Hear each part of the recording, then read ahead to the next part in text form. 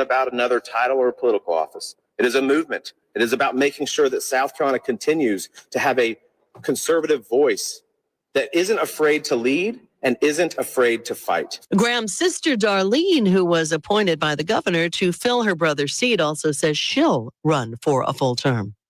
America's listening to Fox News.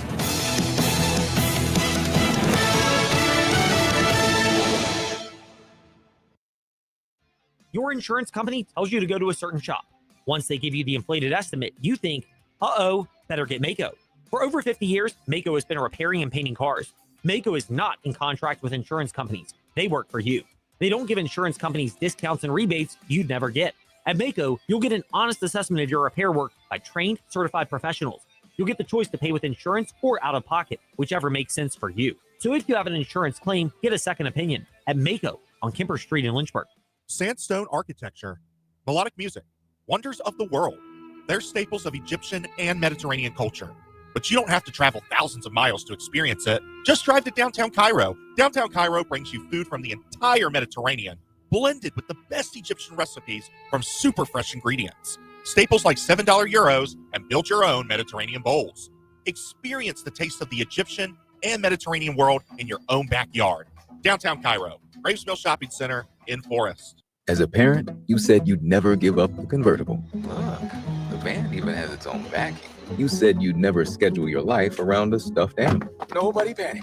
Bun Bun is still at daycare. And never put them in harm's way. I'll be right back, little man. Just gonna pop in the store for diapers. But never happens. Temperatures as low as 60 degrees can be deadly for children left behind. So always bring them with you every time you park the car. Stop, look, lock. Brought to you by NHTSA and the Ad Council. America 250 is a great time to reflect on our country's past, present, and insane savings. BTRN's InsaneRadioDeals.com is celebrating 250 years of America with 25.0% off of everything. This includes savings on great local food options like the Briar Patch, Macado's, Oliver's 801 Raw Bar, Tacos Los Amigos, Caribbean Jerk Pot, and many more. The InsaneRadioDeals.com America 250 sale. 25.0% off of our entire inventory. Now until August 1st, you will not want to miss it.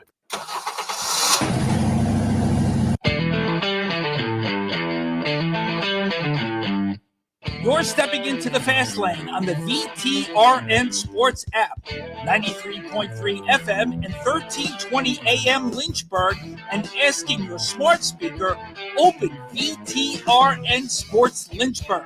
Now, take the fast lane through the topics that matter across the Commonwealth. This is the Fast Lane with Ed Lane and JJ Hendrickson.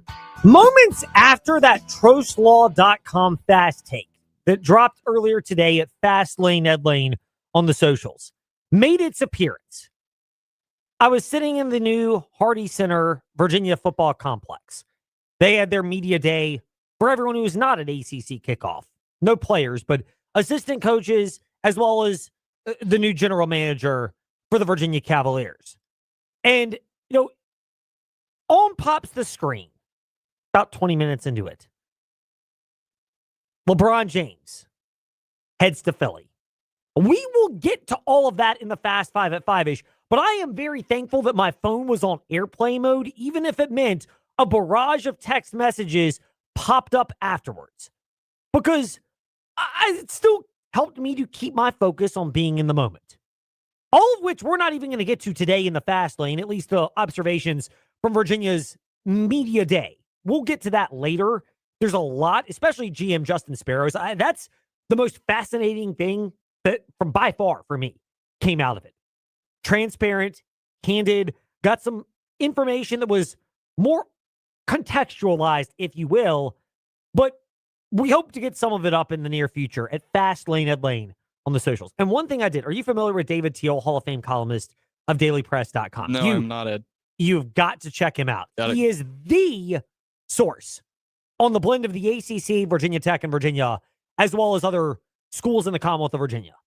Like, he is so well versed in it and is so well connected and well regarded, justifiably, that I just sat while he was asking his questions.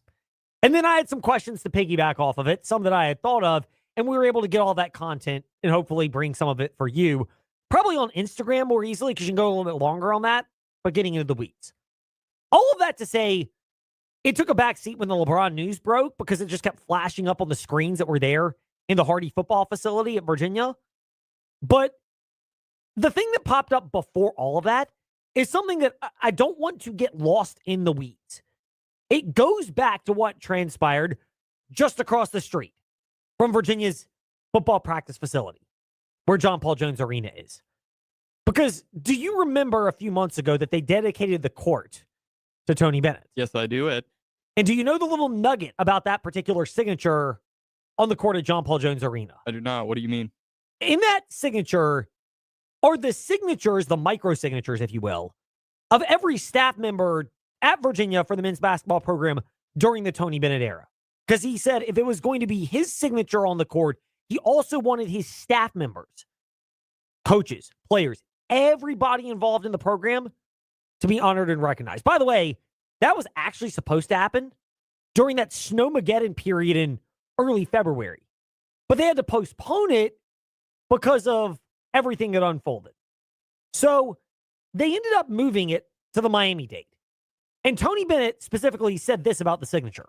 And now I just want to say to the staff, the players, all those who were with me on this journey, you're what this is about. And when Ronnie told me they were going to do this, I said, is there any way, and this is what I'm most excited about, is there any way inside that signature we can put every name of every manager, walk-on player, support staff, coaches, so all your guys' names for the 15 years I've been the coach is inside that signature, so forever we will be on that court together, and it means a lot.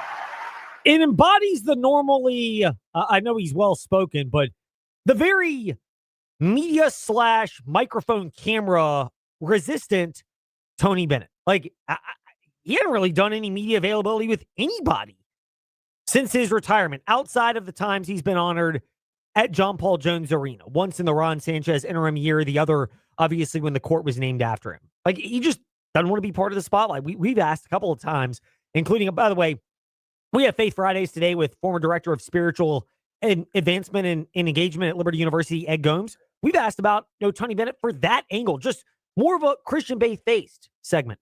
Doesn't want to do it. Maybe that'll change in the near future, but I mean, it's kind of on brand with him. But it's a selfless not wanting the spotlight and wanting it to be about other people.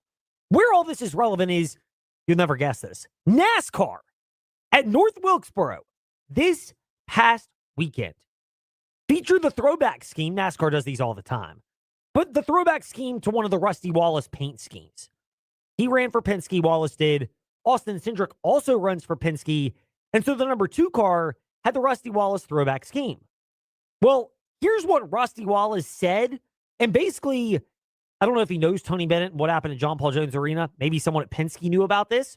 But essentially a hat tip about the throwback scheme from Rusty Wallace and Penske in the vein of Tony Bennett court at John Paul Jones Arena. Last weekend, we made the big announcement at Team Penske that they're going to honor the Miller Genuine Draft colors with the black and yellow 2 car. And I walked into Team Penske, and there was 450 employees in there. They were all standing out looking at that car. And we were having a big lunch also. And to look at the car, that all our victories that I've had and the other drivers that drove the 2 car are ghosted into the black. And then to see all those 450 employees on their knees pointing into the yellow to see their name. Their name was all 450 current employees are on that car. And I couldn't believe how much it really turned them on, but it did. It was a great photo op watching these guys at the shop the other day. Really appreciating being included in that car. When it comes to style and pace of play, very few people would say imitation is the most sincere form of flattery by copying Tony Bennett's pace of play. Like, basketball savants in particular hate it. I shouldn't use that strong of a word, but I do think it's an appropriate word. Like, they have a level of vitriol to Tony Bennett and Virginia basketball, which honestly is ridiculous now because Ryan Odom does not play that style. They average like 82 points a game this past year. They have a totally different pace. But there's a level of disdain for it. But imitation of Tony Bennett's character is the most sincere form of flattery in terms of on a human level, because of the selflessness with which Tony Bennett ran his program, the infamous 5 pillars, the servanthood, being about something bigger than yourself, really carrying that to the point where he left the job. Tony is the anti-Dabo. Like, both of them do not want to be embracing of the modern era of college athletics. The difference is Dabo still wants to make sure that he preserves his lots of power. And let's be real here, when you're getting paid 10, 11 million a year, he doesn't want to relinquish dollar bills, y'all. Even though he has a problem with players getting paid. Dollar bills, y'all. So there is a major difference between the two. But there is an element of the vision years ago that's very similar. Well, if you're going to imitate one, I don't really advise sticking around because of dollar bills, y'all. And not wanting to give up Lots of power. the way Dabo has. If you really don't want it, just do the Tony Bennett thing and say, this ain't for me. I'm tapping out. I've made plenty. We're good. Disappear on into the spotlight. And by and large, Tony Bennett's done that. But the other imitation, sincerest form of flattery is the servant to the point where a NASCAR team, think about this for a second, NASCAR and UVA, not really using the same sentence very often, JJ. Just call a spade a spade. Let's just say they're generally very different in terms of the perception of their personality, yet a NASCAR team basically copied the Tony Bennett court signature by doing the same thing with the paint scheme they had this past weekend at North Wilkesboro. It is pretty cool, and I think it's a testament to the impact of Tony Bennett before we get into the rest of the fast lane. Yeah, no, I fully agree. I think it's a testament to Tony Bennett's legacy as a whole at UVA and this selflessness that he's displayed with the signatures, having all his staff members on the court. Like you said, Penske copied it and did the same thing. Imitation is flattery. But I love it from everyone. It reminds me of an old Canadian Tire commercial that Bill Ross showed me when I was at Virginia Tech, where it was an athlete who sits down and everyone who helped him throughout his career, his journey to the NHL, would come and be in the picture. So to see something like that, it's always really cool to see people pay homage to those who helped them get where they are. And Tony Bennett and Penske are doing just that. Meanwhile, we pivot off of that to the Fast Five at 5-ish, which will have a sponsor plug in it as well. You'll figure this out. You might know where I'm going, by the way, in terms of driving decisions that are regrettable. Oh. That will come in a moment. But speaking of football, it's time for Fast Five at 5-ish. 5-ish minutes on 5 relevant topics done around 5 p.m.-ish. Ish, because our counting skills are kinda ish. Let's start with number 5. Davie Belfort. Once upon a time committed to Virginia Tech, then was at Central Florida, now is at JMU. It was announced a few weeks ago, but he is not going to be a quarterback. He's transitioned over to wide receiver at JMU. That doesn't really have any bearing on the comments we had earlier in the week about the 3-team competition at quarterback, which everyone knew was not going to feature Belfort. But I find it fascinating because Katie Harper, who's the colleague of DNRonline.com's Shane Metley, observed that, out of all of the potential quarterbacks for the Dukes, Belfort looked like the most awkward fit. If you think about it, it makes sense. The guy's like 5'10", $190. And you can get by with that in certain elements at quarterback, but Virginia's actually an interesting example. A lot of what they did had to give time to the quick processor and the mobile but not very thick and durable Chandler Morris. And a nugget gleaned from the Virginia Media Day today is the fact that, Morris may get into coaching at some point. It would not surprise me at all, considering his dad is the former head coach at Arkansas and is now the OC at Clemson. But Morris took a beating physically with a similar build to Davie Belfort. And Morris took it at quarterback. Tried for the NFL for a moment. I never thought he was likely to be a fit. He's not. Apparently, no thanks to Canadian football, he's getting into the non-football playing world now. I wouldn't be shocked if he takes a breather from football and then gets back into coaching. But it speaks to the Davie Belfort news in the sense that quarterbacks may be given an opportunity to stick at quarterback from high school to college. But by and large, you got to have a level of durability for that position, especially if you're going to be asked to run consistently. You may be mobile, but unless you're freakishly athletic and not all that thick, think Mike Vick in his heyday, Lamar Jackson, who has actually gotten a lot bigger and thicker in the NFL. Obviously, the other one, God, he escapes my mind. Vick and Jackson are the two that immediately jump out at quarterbacks with freakish athleticism. Jaden Daniels, thank you, that's the other one. Where they may be a little thin, But for the most part, you got to be able to take a beating the higher up you go. And that's why it makes total sense that Belfort physically looked awkward at quarterback for JMU. I think it's an astute observation of Katie Harper. And what happened at Virginia is an indication of why that's a smart move, because you either have to be a super quick and cerebral processor, like Morris, son of a coach, where it would be natural that's the case, or you're better off probably going to another position where you'll take hits, but not as frequently, and your body can be preserved.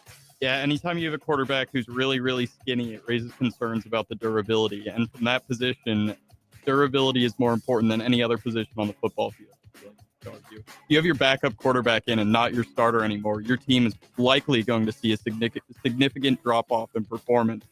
And so availability is the best ability, Ed. And I guess they were worried they were going to not have that with Belfort and change of position. Have they said what position he's moving to? I believe wide receiver. Okay, yeah, no, that makes more sense. Which makes total sense. Yeah.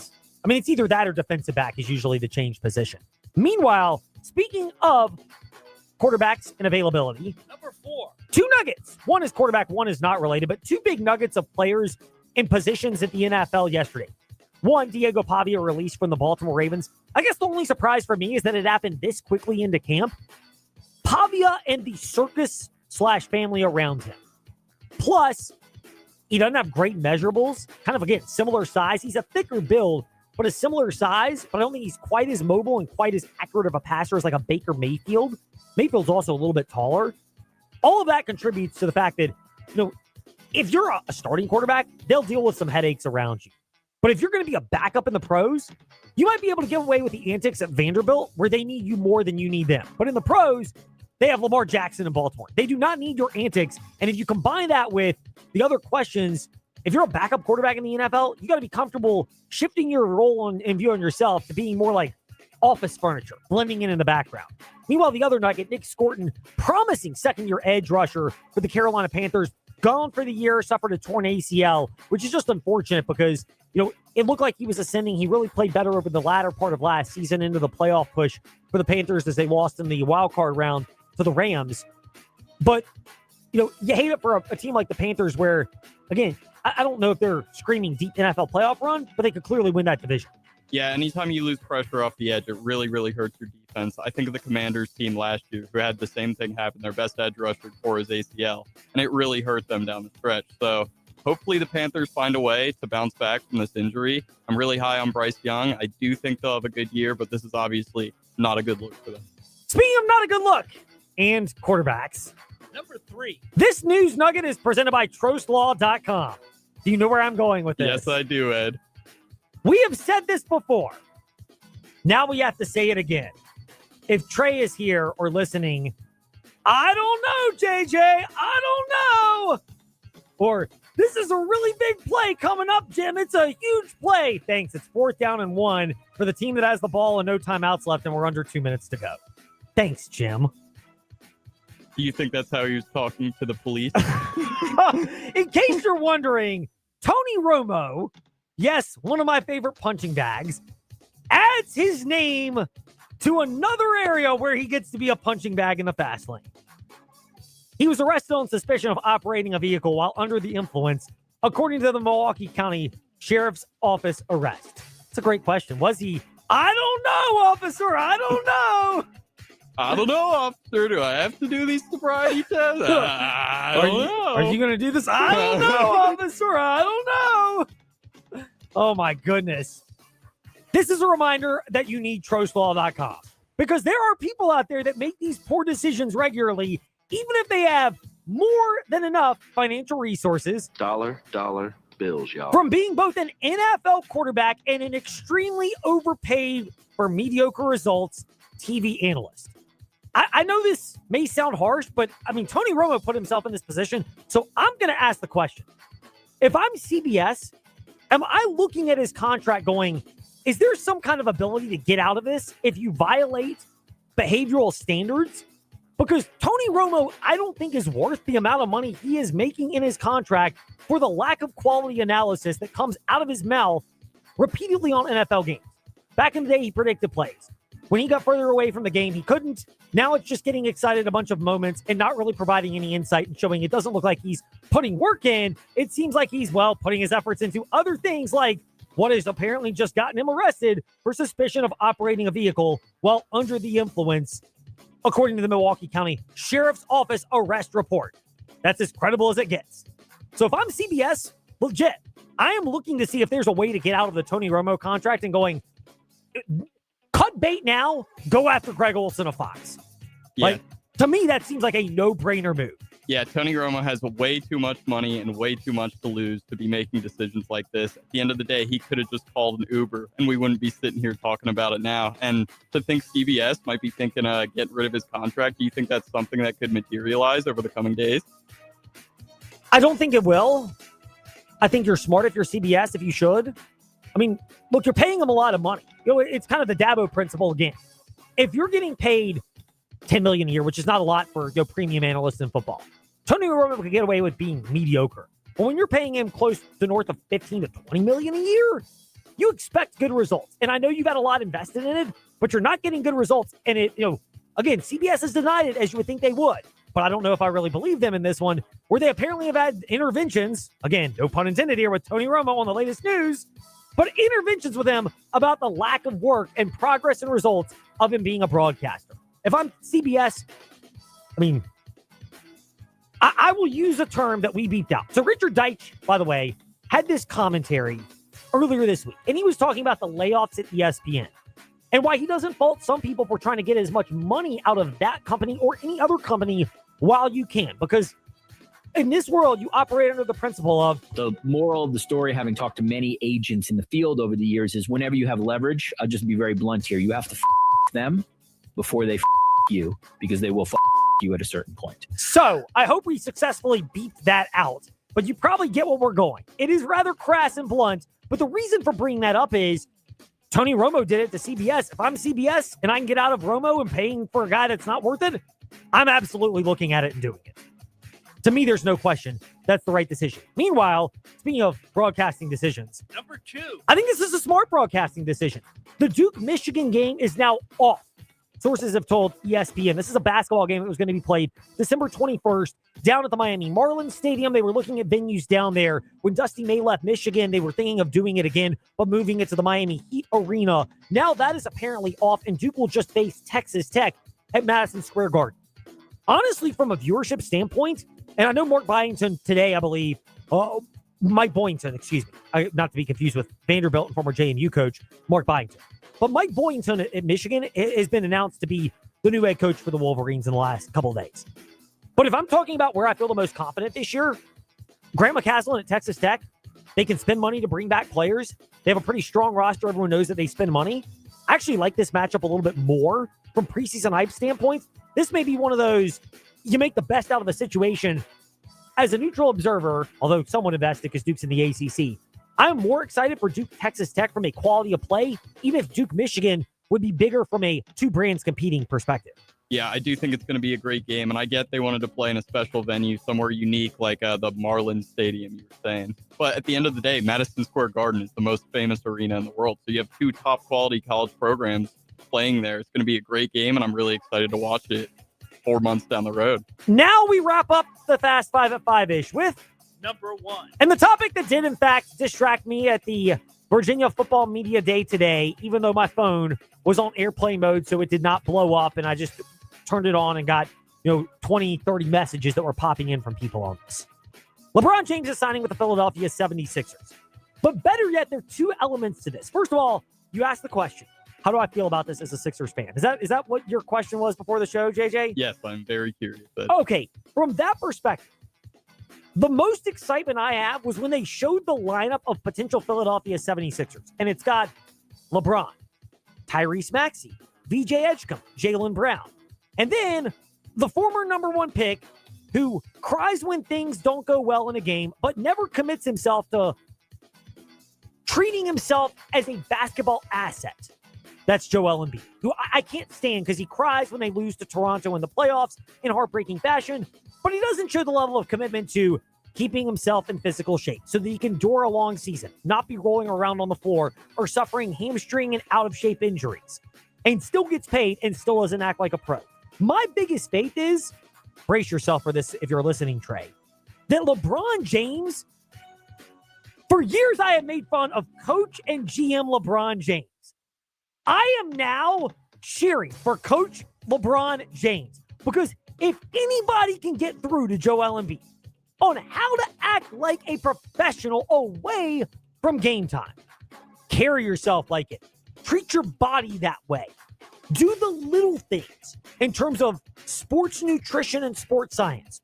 LeBron has done it at an immaculate level to keep playing into his 40s. And while he's not what he was years ago, he still plays at a high level and is still a contributor and carries the cachet of being one of the 5 greatest players in the game. Not number 1, that's Michael Jordan, but being well above anybody on this roster. 3 of the guys I think carry themselves professionally: Edgecombe, Maxey, and Jaylen Brown. Brown, at times, antics and words need to be curtailed. LeBron may not be one to talk about it. But Embiid is my punching bag. I am optimistic that's where it needs to be. So when I saw this 5-man lineup, the first thing that popped into my head was usage. Are you familiar with usage rates in the NBA, Ed? Yes. How many minutes you can basically accrue? So it's what percentage of the time a possession that you're on the floor ends with you shooting from the field, shooting free throws, or turning the ball over. So basically it's a measure of how often possessions are ending with the ball in your hand. And I did the math, and so 100% is the standard usage rate for an NBA team. Between BJ Edgecombe, LeBron, Tyrese Maxey, Joel Embiid, and Jaylen Brown, it's a total of 142%. Jaylen Brown is the highest of that with a 35% usage.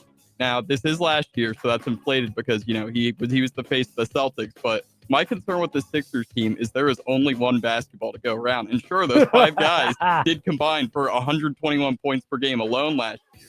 But you've got to learn how to play with each other. And Jaylen Brown last year, he was the sole guy on Boston. He didn't have to really play with anyone. I mean, Derek White was the number 2 option, and he's more of a role player. So I'm curious to see how this team plays together. To compare it to a soccer team, it kind of feels like when PSG had Messi, Mbappe, and Neymar on the team, and they just weren't ever able to put it together. But at the end of the day, you have so much talent on this roster, not even to mention Anthony Simons off the bench. Sixers are very, very scary, and it's all kind of a product of the Jaylen Brown trade. I think it's a valid point. Only one ball to go around. Is this closer to the Philadelphia Eagles' dream team with Vince Young, which was just an absolute disaster? Or is this going to be a scenario where, wow, they might actually realize their potential? I'm optimistic, but I must admit there's reservations about it. By the way, one bonus one before we wrap up the Fast 5 at 5-ish. The tweet about this is hilarious.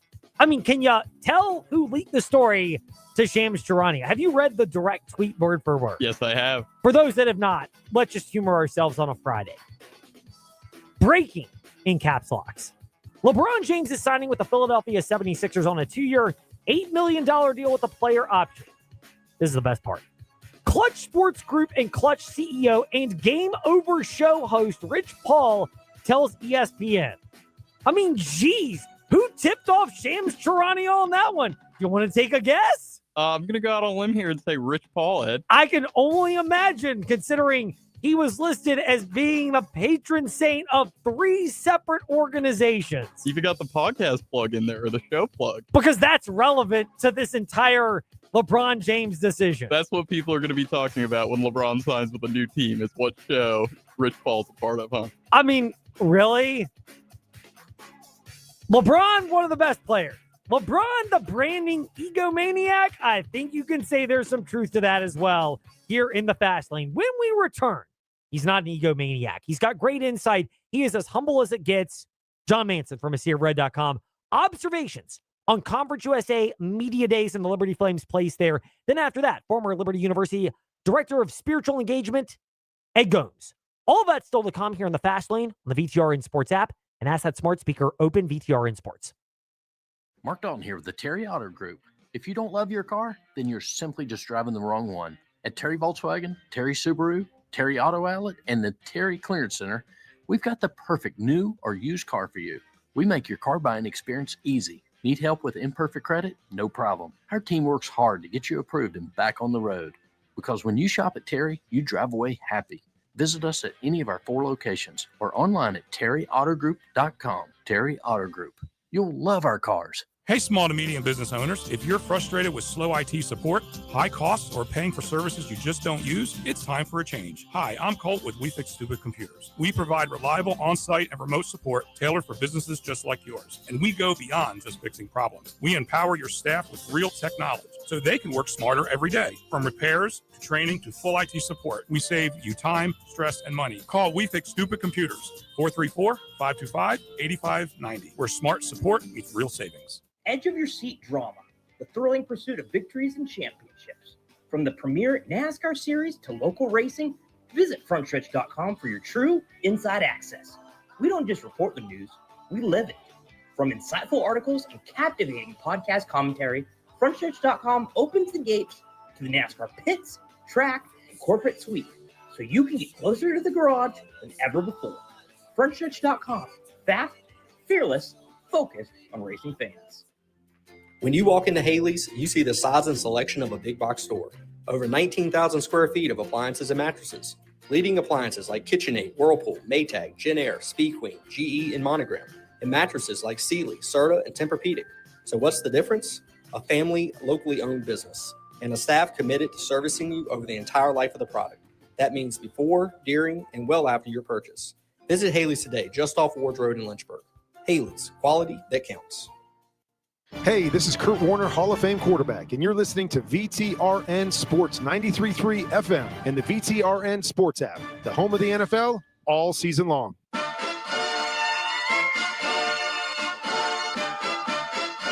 Come join the chat or give us a piece of your mind. JJ Hendrickson 27 and Fastlane Ed Lane on Facebook, Twitter, and Instagram. How surprised? I guess you could say somewhat surprised, but how surprised is our next guest, John Manson, founder and contributor for AseerofRed.com, who is joining us in the Fast Lane. John, first of all, pleasure to be speaking with you. Glad to have you back in the Fast Lane. You'll be seeing a lot more of my ugly face. I'll get to see a lot more of your wonderful smile over the next handful of months because we're basically here. Football Media Days this week for the Conference USA, and then going forward, training camp and all the stories. How surprised were you at the tone of Jamey Chadwell, particularly a level of disappointment and accountability towards himself for the last couple of years, not just the results, but for his health that he believes contributed to the lack of results for the Flames?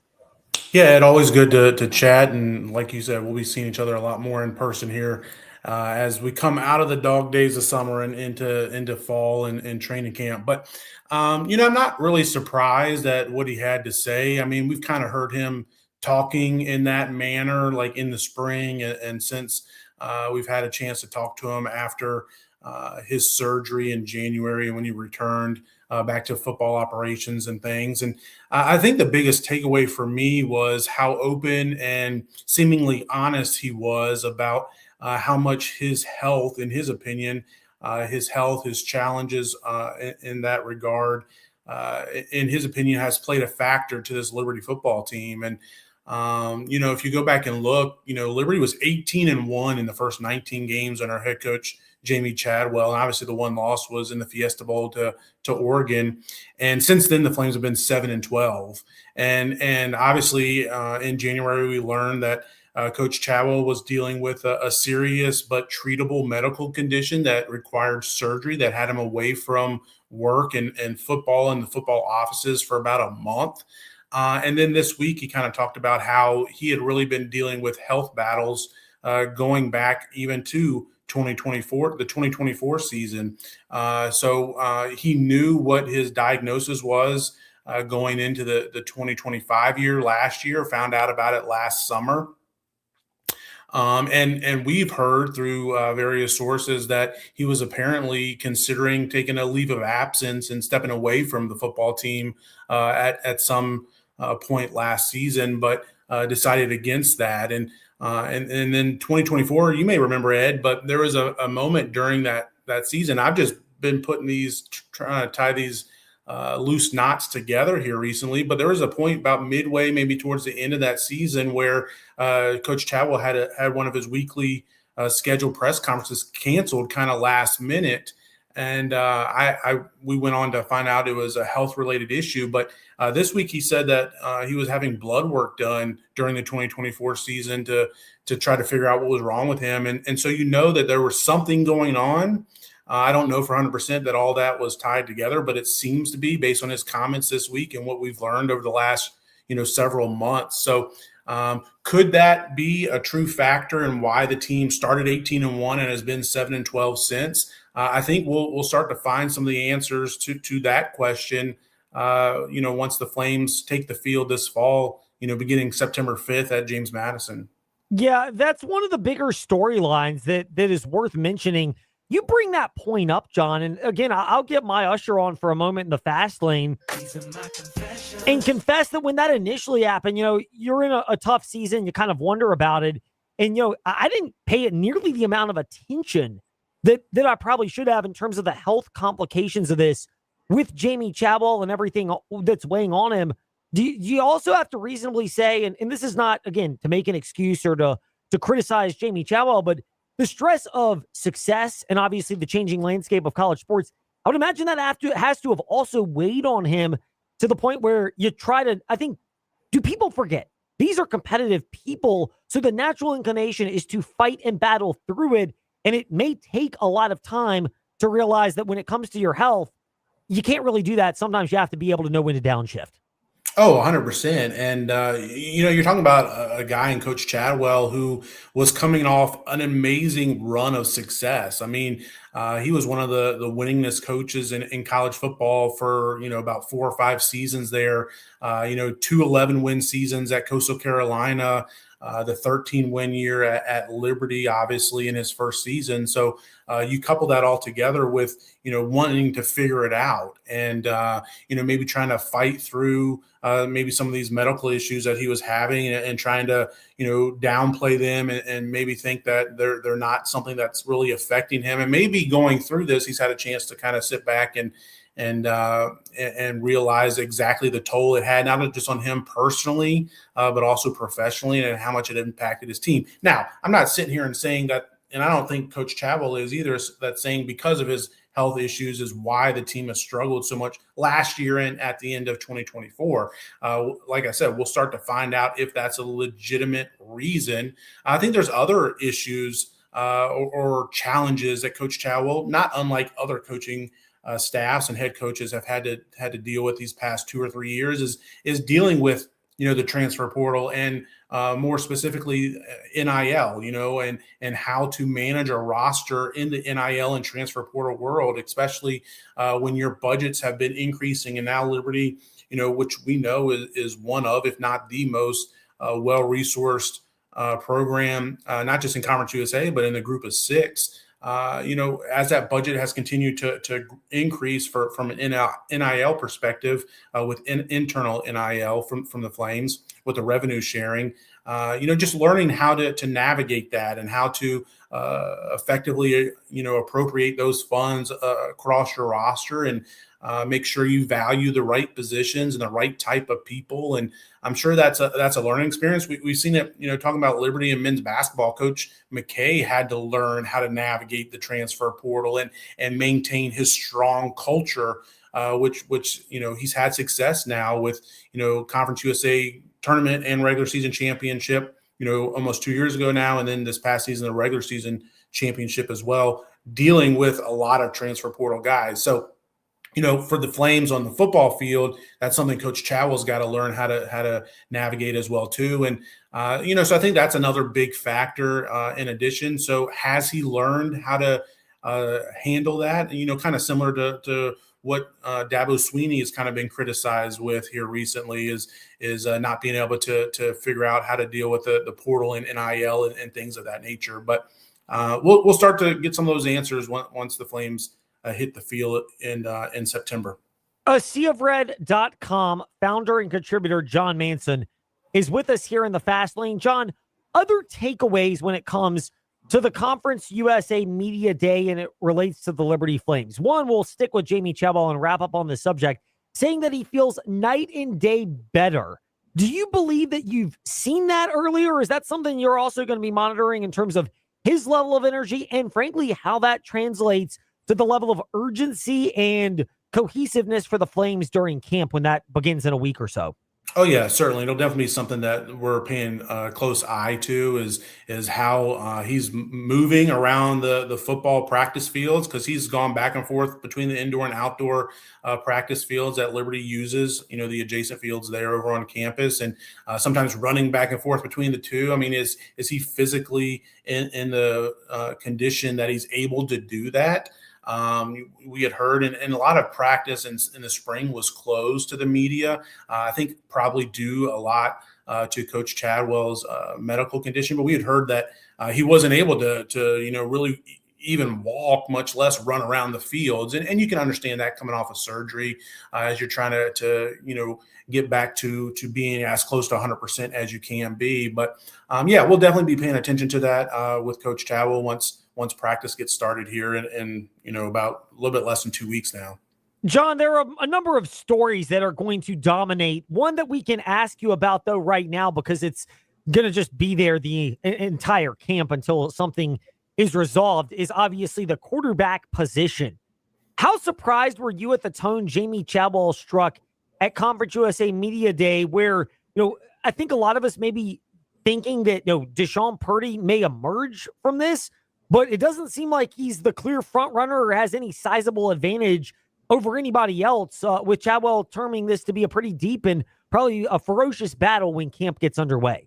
Yeah, I think it was our friend over the News in Advance, Bryson Gordon, that asked that question about the quarterback battle. And he was really asking specifically about the leadership intangibles that the two incoming transfers, Jalen Henderson and Deshaun Purdy, have and what they've shown to their team. And if you remember a year ago, that was something Coach Chadwell was harping on a lot in that quarterback battle last year that obviously Ethan Vasco went on to win, was the intangibles, the leadership piece that you need from a quarterback. So, but Coach Chadwell, he really didn't go into specifics, and I wouldn't expect him to, but he did talk about three quarterbacks. I mean, the question was specifically about those two transfers, and he was quick to make sure he pointed out that Vasco is still, who now is recovered from his offseason shoulder surgery, and he's a guy that's going to be counted on in this, at least a factor in this quarterback battle here in training camp. So one thing,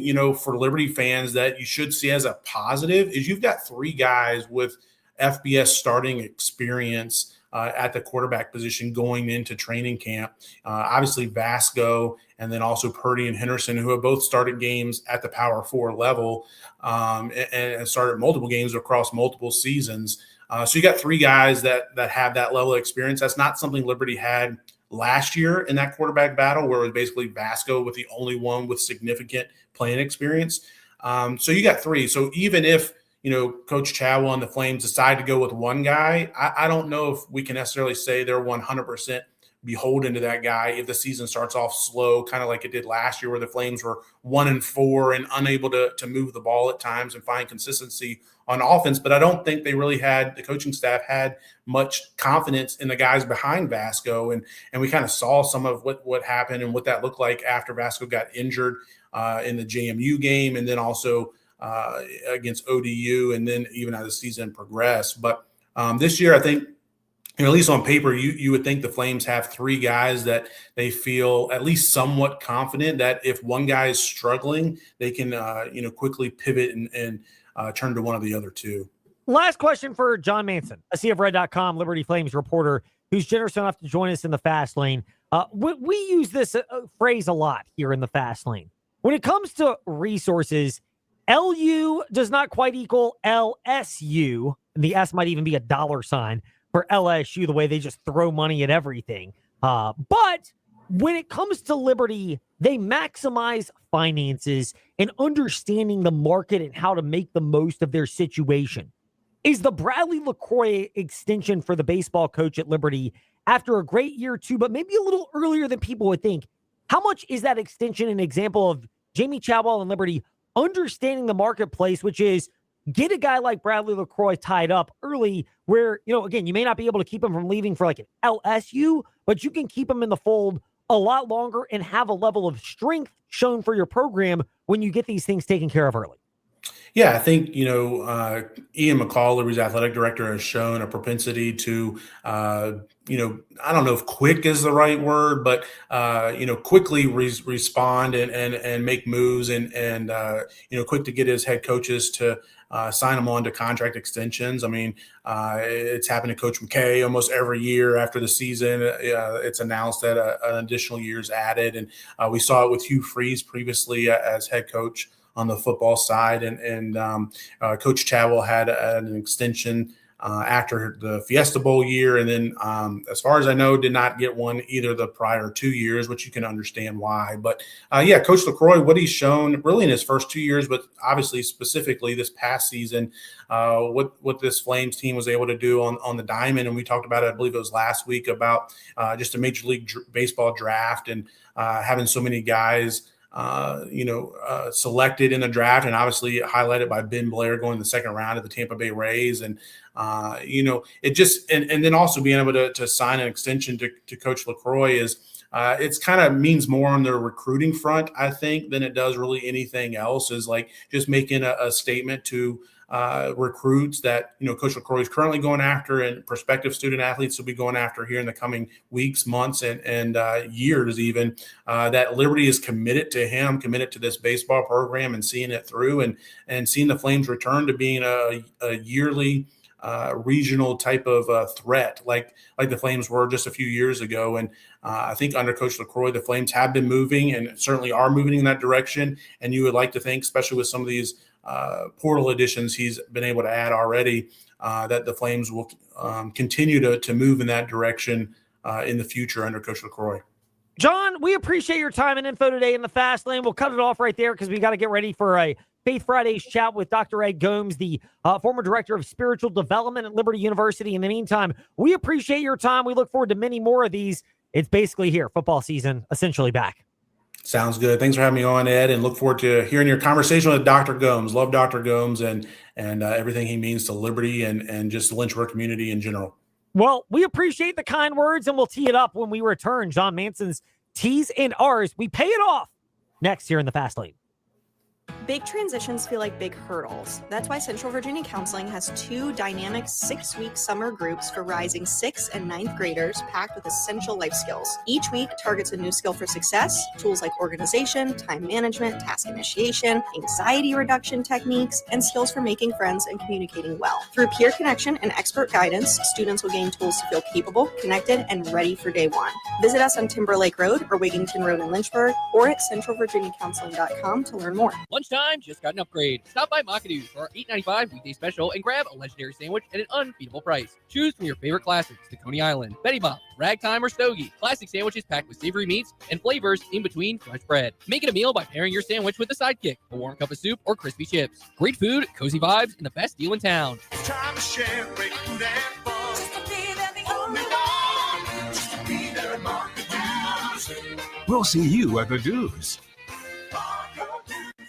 Summer is here, and there's no better time to find a place you'll love to call home. Whether you're looking for a cozy apartment, spacious townhome, or a quiet single-family home, Brownstone Properties has options designed for your lifestyle and budget.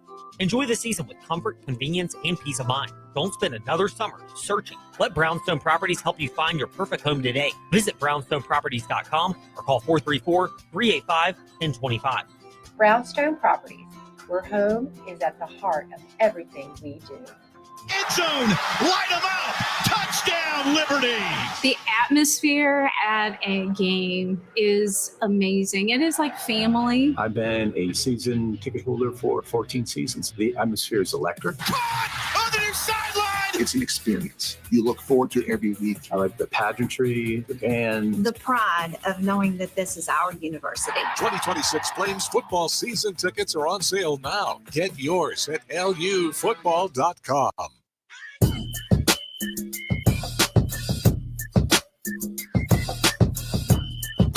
Come join the chat or give us a piece of your mind. JJ Hendrickson 27 and Fastlane Ed Lane on Facebook, Twitter, and Instagram. He's been at Liberty for quite a long time. He's been involved in the program both in a faculty role and an advisory role, and now he's generous enough to join us here in the Fast Lane. He's Dr. Ed Gomes, stepping into the fast lane on our Faith Friday segment. He's the former director of spiritual development for Liberty University Athletics and the Liberty Flames. Dr. Gomes, first of all, welcome to the fast lane, and we commend you right off the bat for having one of the best names imaginable.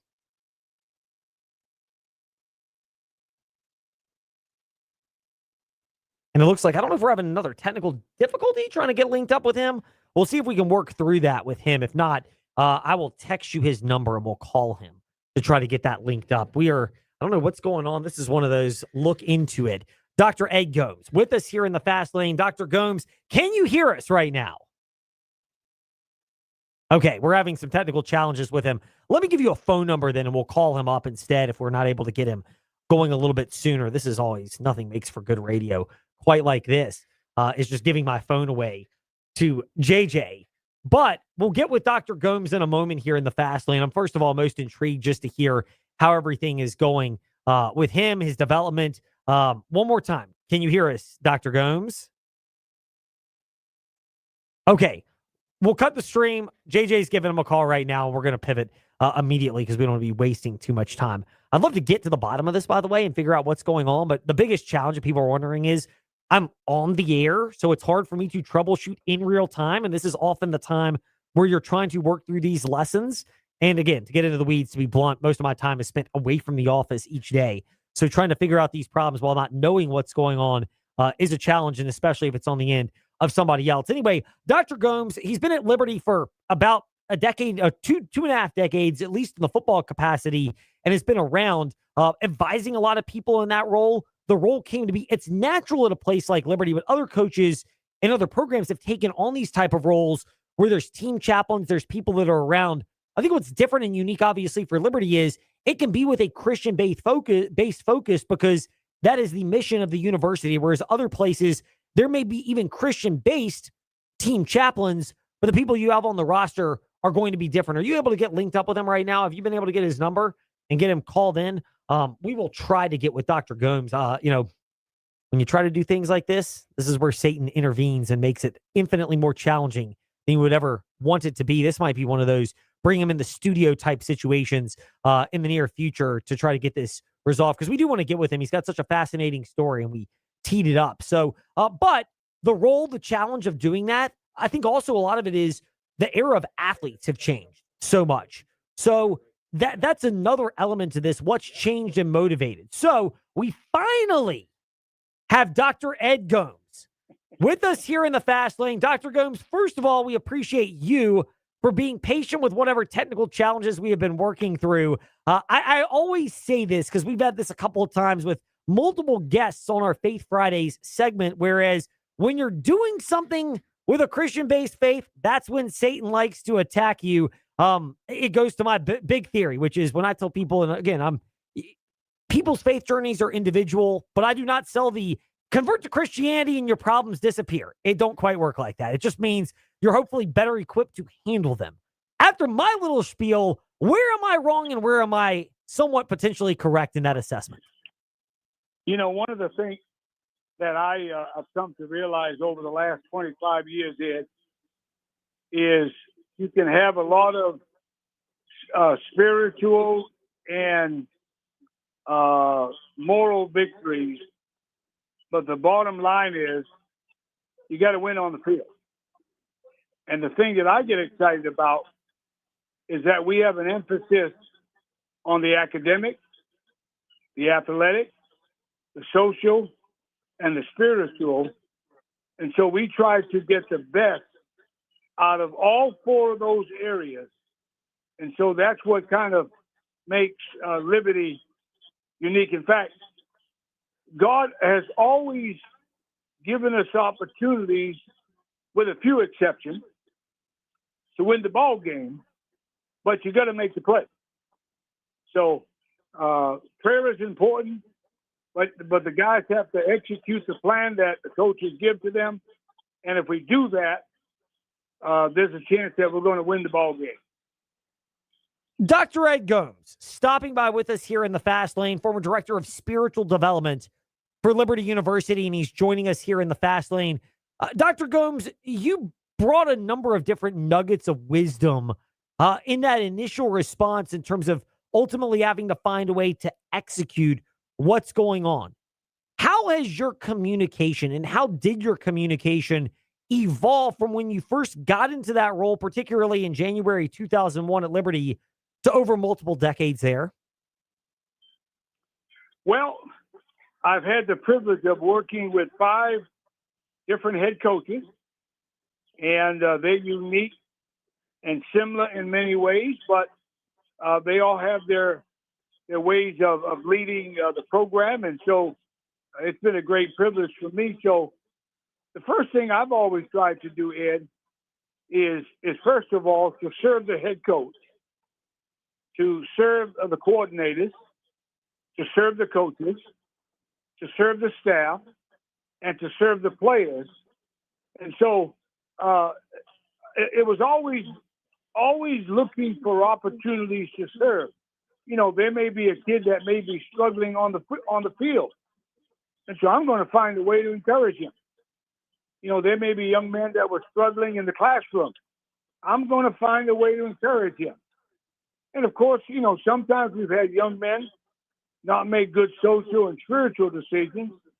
And so again, it was an opportunity to help that young man realize that God has brought him to Liberty to maximize his gifts and talents through the experience at Liberty. So for me, it was always not looking at where the player was, but where he could be if he would embrace what was available for him there. When you're going through that process, and Dr. Ed Gomes is with us here in the Fast Lane on our Faith Friday segment, you mentioned not always making the best decisions. I made plenty of horrible decisions, bad decisions at least, questionable to be generous, back especially when I was in my high school and college years. How much of your ability to work with people through that came from being present around them and observing? How much of it came from offering suggestions and advice?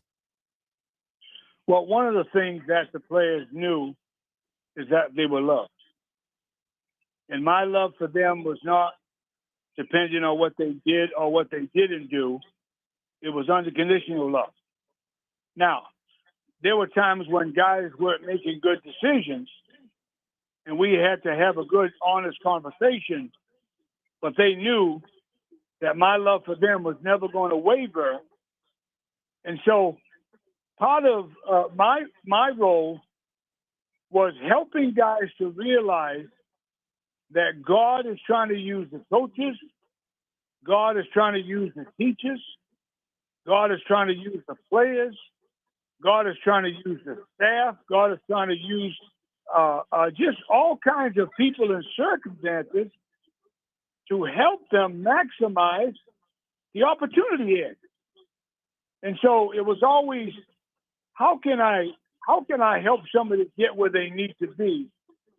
And sometimes that involves a conversation with the parent.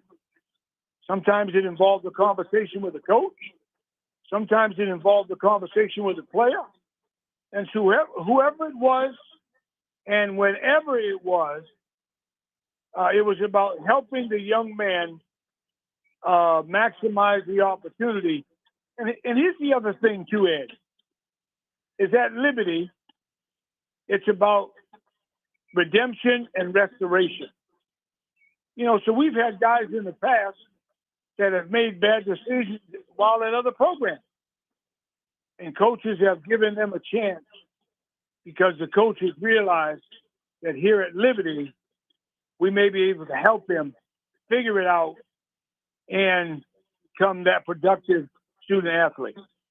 What role did you play, whether it's trying to get to know a prospective Liberty player, offering advice to coaches when they're considering that type of player, even if you didn't necessarily meet that player?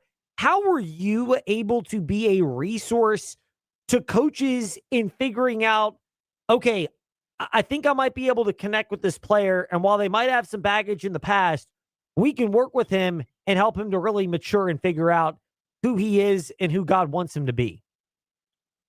You know, one of the things that I've appreciated about the coaches is that, especially when Coach Freeze came, I knew the gate was going to open a little wider.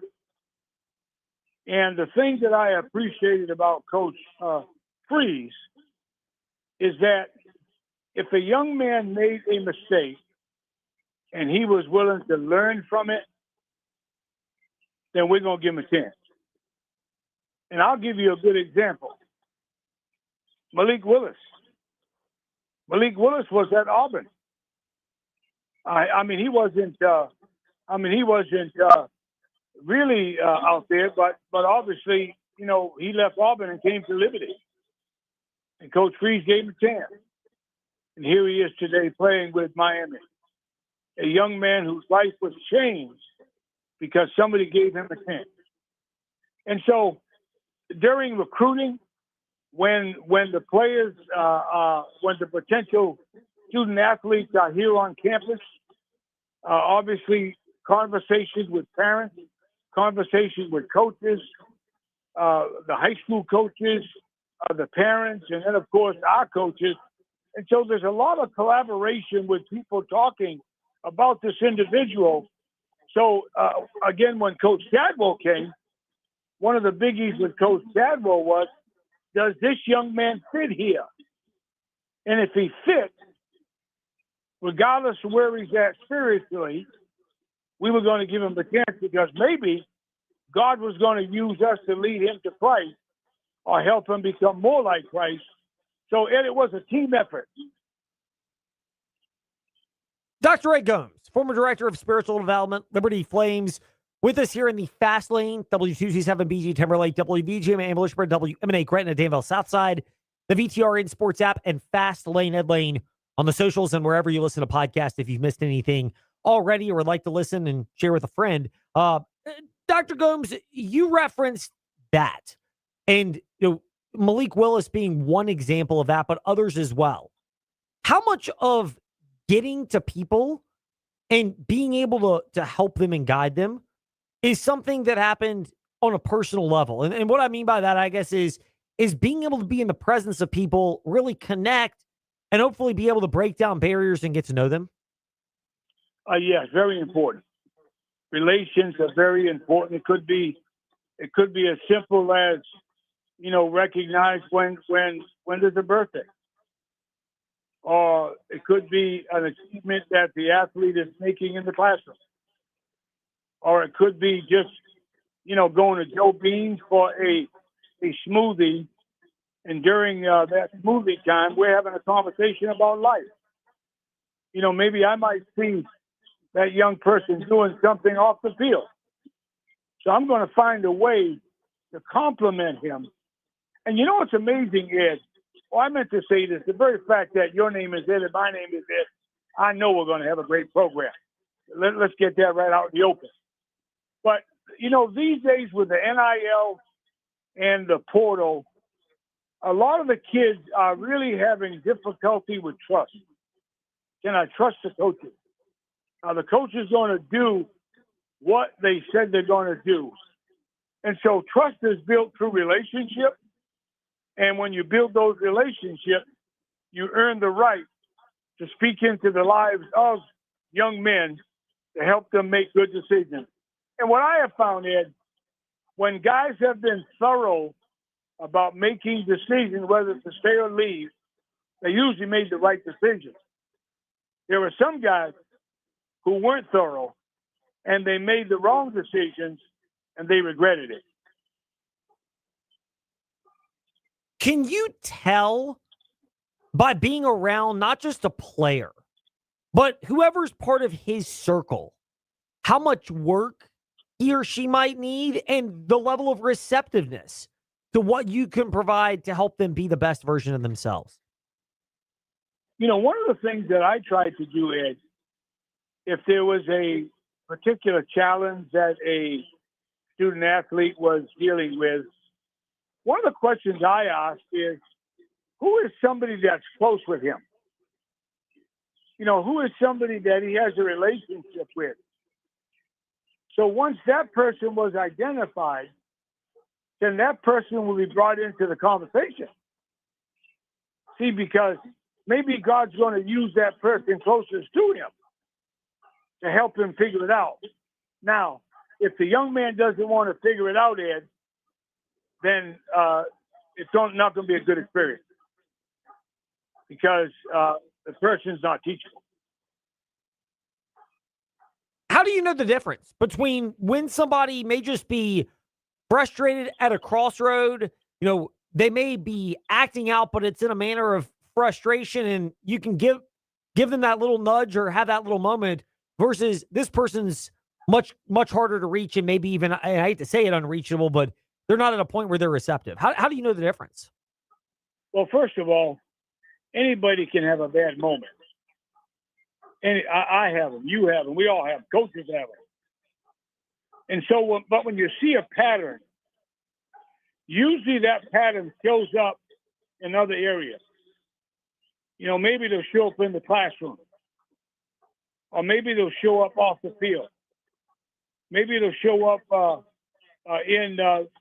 when they're with their tutor. But it'll show up if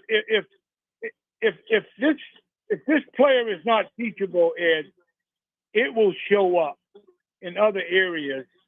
Sometimes academically, sometimes it'll show up on the field, sometimes it'll show up socially, and sometimes it'll show spiritually. And so usually when you're seeing red lights in a number of areas, that's usually an indication that right now this person is not open for the help. And like Daddy said, sometimes you have to learn through the school of hard knocks. And that's tough. Former Liberty University Director of Spiritual Development, Ed Gomes, stopping by with us here in the Fast Lane. He's doing a much better job than I am of upholding the greatness of the name Ed. So there you go. You know, there you go. You know, you get it. You understand it. I think there's certain personality traits that are common with certain names, and hopefully we share the positives from the name Ed. Couple moments for you in life. First of all, you graduated from Liberty in 3 different areas, degrees, and occasions: 1976, 1985, and 2007. What prompted you to stick around as Liberty evolved during your different stints and graduations and studies while working in a professional capacity as well with the school? You know, first of all, it was the people that were here, my coaches, my professors, administration. And so these were folks that led by example. And so in 1995, Ed, I came to preach in Convo. I was serving on a church staff with my wife's dad up in Massachusetts. And I came to preach in Convo. And man, on the way back on that plane, I said, no way. No way. God, you want us to come back to Lynchburg? Well, from a human standpoint, it was crazy. All my family's there. I was serving as a police chaplain. God was blessing the ministry.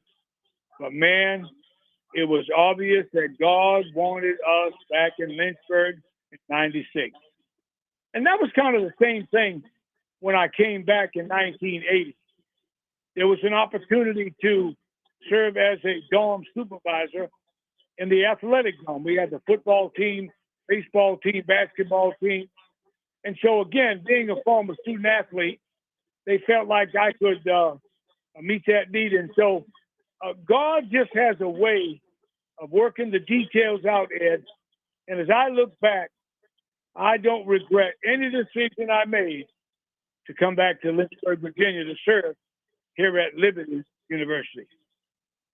I don't know if you've ever seen the movie The Truman Show. I don't quote movies very often in the Fast Lane because there are not very many that I've actually seen. But I do remember that one. And, you know, every time he's trying to escape, some obstacle pops up.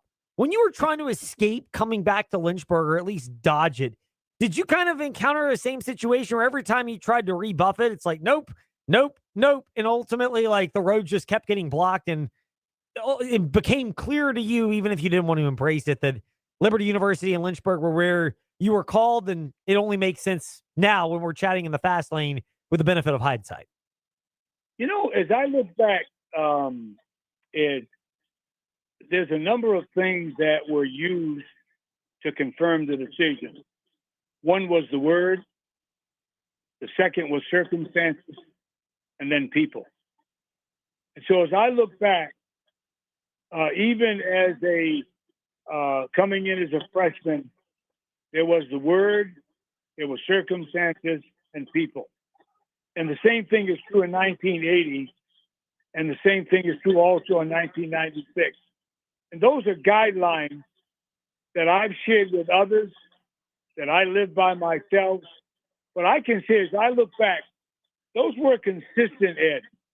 The word, circumstances, and people. And I've looked back without any regret. All of those are key elements which do make sense. Dr. Ed Gomes, former director of spiritual development for Liberty University, is stopping by with us in the Fast Lane. Elements of being able to relate to a student athlete. What advantage do you have having played basketball at the Division I level, having played at Liberty University 3 years starting point guard, even if we're not going to tell when, but it was in a different era from these players, knowing a lot of what they're juggling and being able to reflect on what it was like for you going through your life at their age? You know, one of the things that I always appreciated about being in the role, in fact, when the door opened up to work as a chaplain with football, you know, my life has all been basketball. In fact, one time I remember a coach was asking me if that was a free something. I said, yeah, it looks like a three-pointer to me. And folks laugh because I grew up playing basketball, but now I got into football. And so regardless of the sport, there are some things that are true of every sport. You know, for example, you have to have goals. You have to be a team player. You have to exercise discipline. You have to go to class. You have to have good attitude. And so I think growing up a family with girls and guys who have played primarily basketball, you just learn to relate. You see things.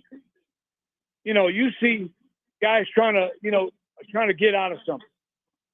Or sometimes you see a coach getting on a player because he was trying to get out of something. And so you have a way of sharing some of your experiences as a student athlete. And hopefully it encourages the student athlete that's here today to learn something from it. In fact, what's amazing though, Ed, some of the things that these kids face today, the pressure today, the challenges today, it's 100 times bigger and greater than the challenges I face as a student athlete. But you look for an opportunity to do something either by what you say or by what you do to earn the right to speak into the life of that student athlete. And over time, you win their hearts. Dr. Ed Gomes with us here in the Fast Lane. Dr. Gomes, we will have you on again to discuss different elements of your journey, different observations in sports. There are plenty of other topics we can get to, including as the season gets underway, what it's like just going through the journey of being someone in this role. We'll wrap it up on this one, though. The obvious is the transition that you made after 25 years with football in the athletic department to a new role serving the faculty and staff at Liberty University. How has that transition gone for you? Man, I'll tell you, Ed, if you had told me 11 months ago that I'm going to be serving as the faculty chaplain and staff chaplain, I said, you got to be nuts. In fact, when I mentioned to Coach that I was actually applying for another position, his first thought was, man, I wasn't planning on having this conversation. We were getting ready for training camp. We were getting ready for football season. And again, I go back to those three things I told you. The word, circumstances, and people. And to make a long story short, Ed, I got a text that said after a little while that I got a meeting with the chancellor, the dean of the seminary, and Josh Rutledge, our vice president of spiritual development. When I got that text and indicating I had a meeting, I said, something's going on. And when I got in that meeting, I said, guys, what's going on? And they said, Ed, last couple of months we've been talking about this role. And every time we talk about it, your name is one of the names that's been popping up. And I'm sitting there, Ed, clear as day. God said, this is the next assignment. And I've not looked back since. It's amazing how that works. In the moment, there's uneasiness, and then when it's done, and things start to make sense. And now you have, once again, the benefit of hindsight in understanding that. Dr. Ray Gomes with us here in the Fast Lane, former director of spiritual development for Liberty Flames Athletics, is generous enough to join us in the Fast Lane. Dr. Gomes, glad we could connect for the first time today in the Fast Lane. It took a moment. We persevered, kind of like the principles of being around sports and athletics. We don't say this lightly, but we love to catch up again. Sounds great, Ed. I appreciate what you're doing. God bless you. Wish you the best. Go Flames. Dr. Ray Gomes with us here in the Fast Lane on our Faith Fridays. I need to temper myself. They're going to just have their elements of adversity. By the way, we'll do it normally on Fridays for the next few weeks. We're kind of toying with plans if we'll do Faith Fridays maybe on a Thursday when high school football gets here in a few weeks because of travel schedules. So just follow that in the back of your mind. We want to keep doing these, but days may need to be flexible because there's some days where travel schedules get a little wonky getting ready for the games. And we may even have some with color analyst for Jefferson Forest Cavalier football, Dr. Coach. We call him Coach Kennedy, but he's also Pastor Rick of Impact Church. But we call him Coach Kennedy for our purposes. And he's a spiritual life coach as a pastor. So we can technically say that works multiple ways. Anyway, that's a topic for a different day. JJ's like, Ed, let's wrap this up so we can get out of here. We appreciate all of you for your time here in the Fast Lane. If you missed anything, Fast Lane, Ed Lane, however you listen to podcasts, we're back Monday, 5 to 6. Your teams, your topics covering the Commonwealth. In the meantime, Fast Lane, Ed Lane on the socials. Keep it locked right there. Philadelphia traded for Dr.